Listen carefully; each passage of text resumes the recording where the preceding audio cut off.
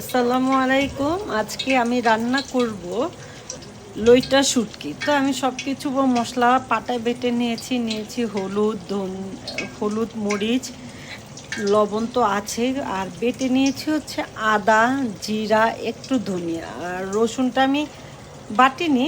এটা হচ্ছে আমি আস্তে আস্তে দিব। তো এটার জন্য তেল দিয়ে দিলাম আগে, দিয়ে এখন তেলের উপর লবণটা দিয়ে কড়াইটাকে ভাজা করে নিই। দিয়ে দিলাম ধোয়া শুটকিগুলো, আগে একটু ভেজে রেখেছিলাম। শুটকিটাকে এখন সুন্দর করে ভাজবো, ভেজে একদম মোচমোচা করে ফেলবো, লাল লাল, তাহলে গ্রানও আসবে আর গন্ধটাও চলে যাবে। দুইটা তেজপাতাকে একটু টুকরা করে দিলাম। রান্না করতে করতে আমি এপাশে আবার মাছটাও ভাজতে দিয়েছি।